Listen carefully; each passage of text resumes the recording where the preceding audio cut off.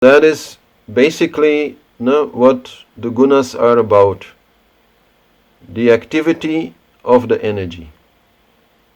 And so if it is active, it is rajasic. If it is inactive, it is tamasic.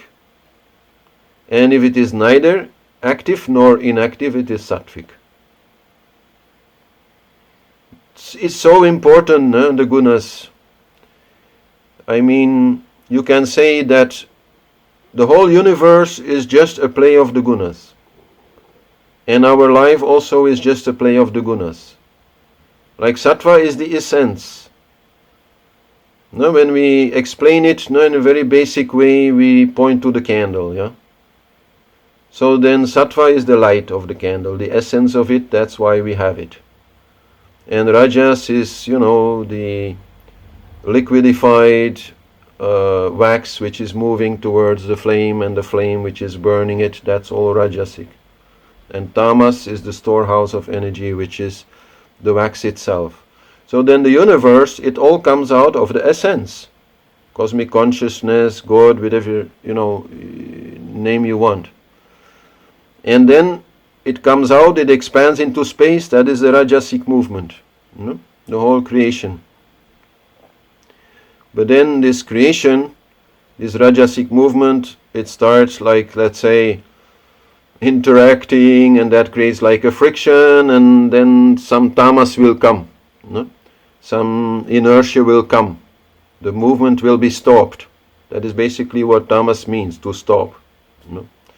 And so then the whole thing, let's say, becomes more and more dense until we are on earth, in the solid matter.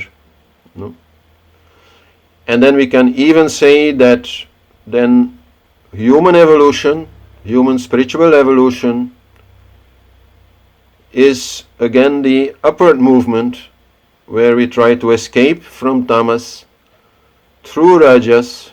Some action is needed, and merge then again into sattva, which is our essence. That is also very much what is happening in meditation. In meditation we want to move to sattva.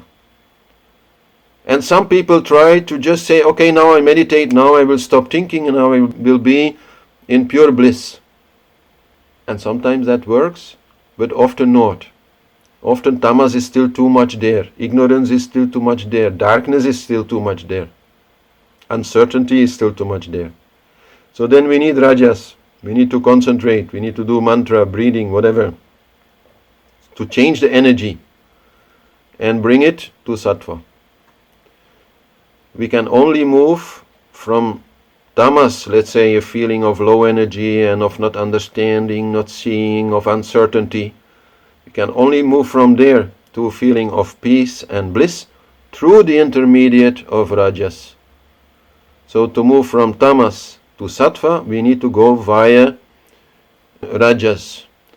It's like you can say, to move from ice to steam, we need the intermediate of water.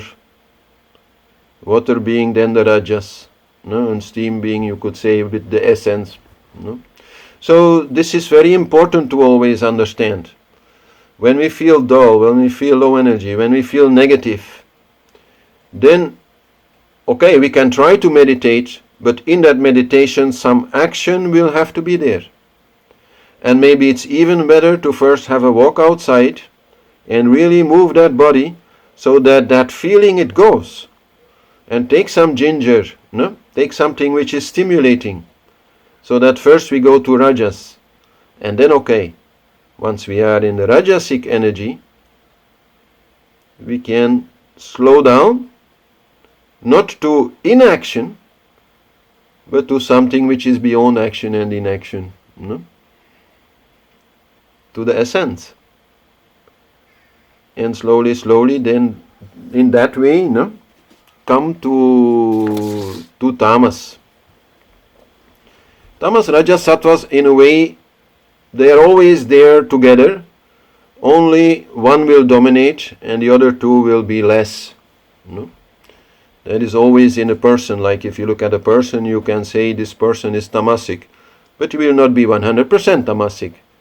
Maybe it'll be 70% tamasic and 20% rajasic and 10% sattvic. No? And then another person, it may be the other way around. No? So that is always so very important. So then when we look at our emotions, no?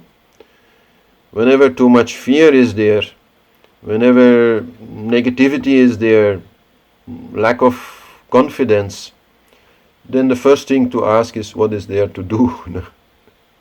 And start moving about. And then when we can let go of that uncertainty, do something which anyhow, I don't know, we know it has to be done and it's a good thing to do. Then we are in that mode. And then we can say, okay, now let's sit in the garden and slow down.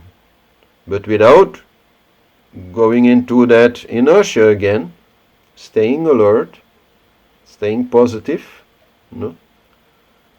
But more quiet, more calm, more, with the truth. Sattva is the closest energy to the truth. It is not the truth. The truth is actually that Sattva, Rajas and Tamas, they belong together. And there's always the movement from Sattva over Rajas to Tamas and back from Tamas over Rajas to Sattva. This is natural. When we are tired, we sleep. That is Tamas. That was actually very typical with Harish Johari, and maybe this will also clarify it to some point, that if he would see that you are getting tired, like instead of sitting up straight and listening to what is going on, you start lying down and like this, and then he'd put you before the choice.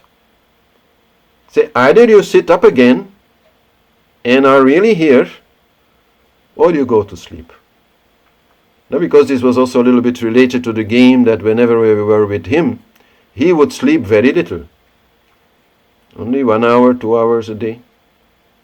So people try to stay awake with him and listen to whatever was going on. So, but then people were often there, half awake, like, already half sleeping, but still wanting to be there. He did not accept that.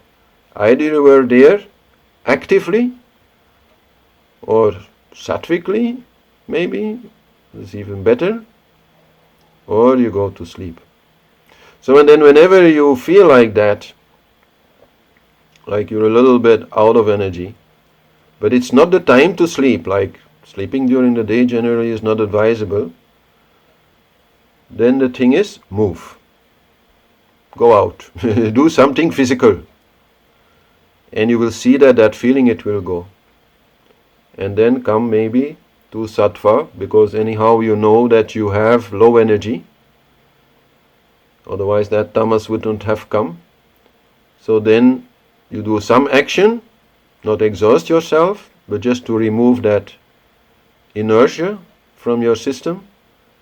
And then go to some more sattvic activities, where you are still a little bit active, but not too much, and enjoying yourself and having a good feeling, and in that way getting a rest, getting a break. Because of course the main exhaustion for most people does not come from the physical work that they are doing, because very few people these days are doing a lot of physical work. It's here that they get tired.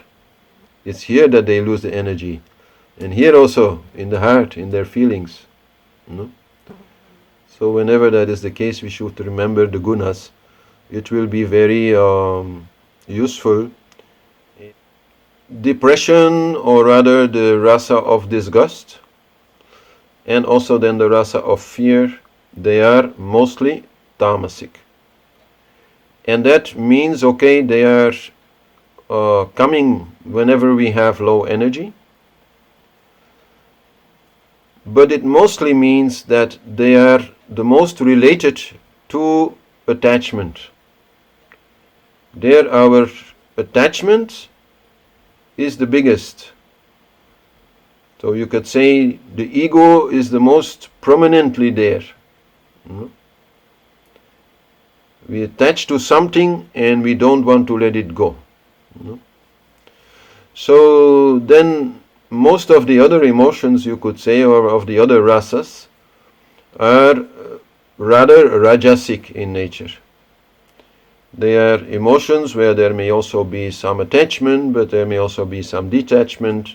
There will be pleasure and pain both. No? Even in anger, if you hit somebody, maybe you feel a pleasure. No? So they are more active. No? They are more creating action. Love also creates all kinds of action. No, it's very clear. No? Then the only one who is really sattvic, no, is peace, no, is shanta. But okay, shanta mixed in with love, shanta mixed in with some of the other positive emotions, even with anger, let's say, becoming a little bit assertive, but still in a very calm and peaceful fashion. So these things are then there.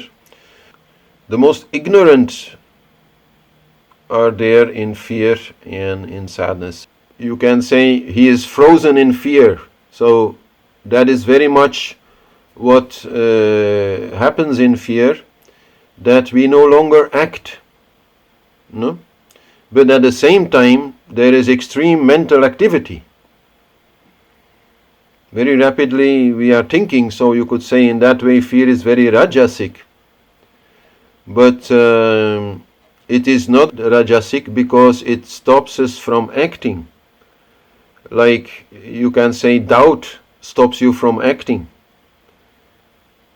It stops you from making a choice and doing something. So that is why it is still classified as tamasic. Even though, yeah, you are right, man, there's a lot of mental activity. Also in depression there's a lot of mental activity, but there's no action. There's indecisiveness, there's lack of self-confidence. No? There, of course, then also some knowledge must be there about the food that we eat. And there are a few guidelines there which are really important. One is especially then fresh foods. We were talking about prana. Well, some of the prana that we absorb, we do not absorb it by breathing, we absorb it in the food. And it is actually very important for the health of all those microorganisms who are in our intestines, helping us to digest the food. So then, to mostly eat fresh foods and avoid old foods, canned foods, frozen foods, that is one of the main ways in which we avoid too much tamas. No? But we cannot avoid it altogether, and it depends quite a lot on our lifestyle, what we have to do. Like people who are usually involved in various sattvic activities, they can sustain themselves easily with relatively sattvic foods, like maybe fruits, germs, some fresh nuts, things like that. Can be used by people who, let's say, in the day mostly they are meditating and doing other sattvic things. Maybe some chanting, some music, some walking, but nothing very rajasic. No? Then the more we are active, also here, by the way, no? If here also for our work we have to be active, then we need a different kind of food. But that is still more easy to digest, like say rice, wheat, these things. No? They will bring us the energy that we need. And then only when we do really hard physical work, or maybe we are, I don't know, climbing mountains or something, then we also need more tamasic foods, more heavy foods, like vegetarian, for vegetarians, like dals and pulses and things like that. No? We'll need more, because they bring energy in a very stored form, and that's why they are hard to digest.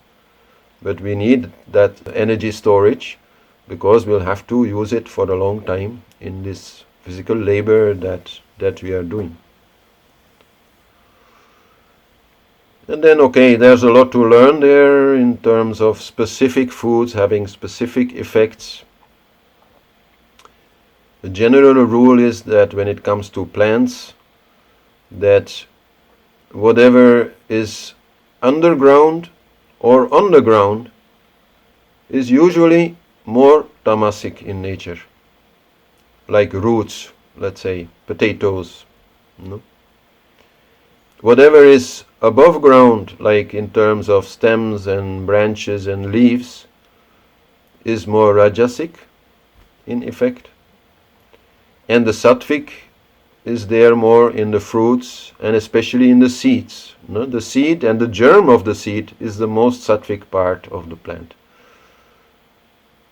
Which then means that, for example, if you eat nuts, which are a great food, that to soak them so that they will germinate after 24 hours or something, 48 hours, will make them much more sattvic, much more easy to digest, much more beneficial to the system in terms of, variety of nutrients that are there, compared to, the nuts just dry as they are.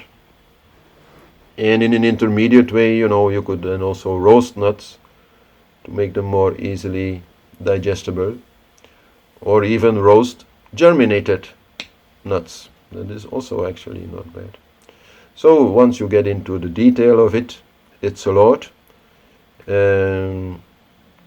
But whatever is old food should maximally be avoided.